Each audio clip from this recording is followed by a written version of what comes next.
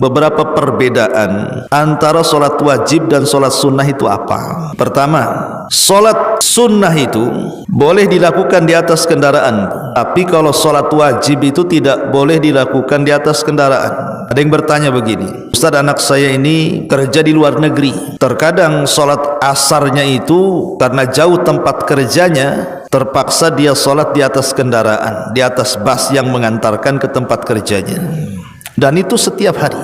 Jadi saya tanya, Bu, apa tidak ada jeda pamannya setelah asar mendekati maghrib gitu kan, ada waktu entah sejam turun dari kereta kemudian sholat wajib? Dia bilang nggak ada, karena bus itu kalau sudah sampai ke tempat kerja memang pas waktunya, jam 5 sampai jam 5 masuk, sehingga yang bisa dilakukan adalah sholat asar di atas kendaraan. Kemudian saya katakan, bagaimana dengan sholat duhur?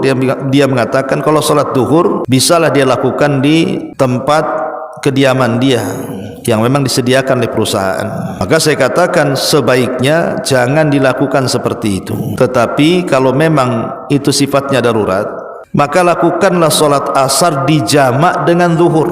Kenapa demikian? Karena sholat wajib itu tidak boleh dilakukan di atas kendaraan kecuali darurat, di atas pesawat kan nggak mungkin ibu turun. Maka sebaiknya kemudian dijamak zuhur dengan asar selama dia kerja di situ. Tapi kalau sudah bekerja di tempat lain yang normal, maka tidak boleh lagi melakukan jama, karena jama itu dilakukan sekali-kali saja, kecuali ada hajat yang mendesak untuk dilakukan sholat jama. Yang kedua, sholat sunnah itu boleh dilakukan dengan duduk walaupun dia sanggup berdiri. Tapi kalau sholat wajib tidak boleh, Bu. Sholat wajib itu harus dipaksakan berdiri dulu, karena berdiri dalam sholat wajib itu rukun hukumnya, tapi dalam sholat sunnah tidak rukun. Makanya boleh duduk. Cuman dalam sholat sunnah, kalau seandainya seseorang itu mampu berdiri kemudian duduk, tetap sah sholatnya, tapi pahalanya dapat separuh daripada pahala orang yang sholat berdiri. Itu dalam bab sholat sunnah. Tapi kalau sholat wajib,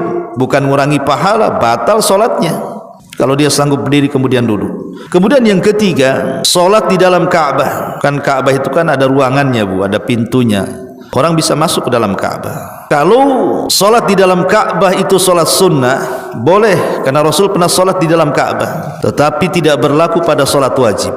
Sholat wajib harus di luar Ka'bah dan dihadapkan ke Ka'bah.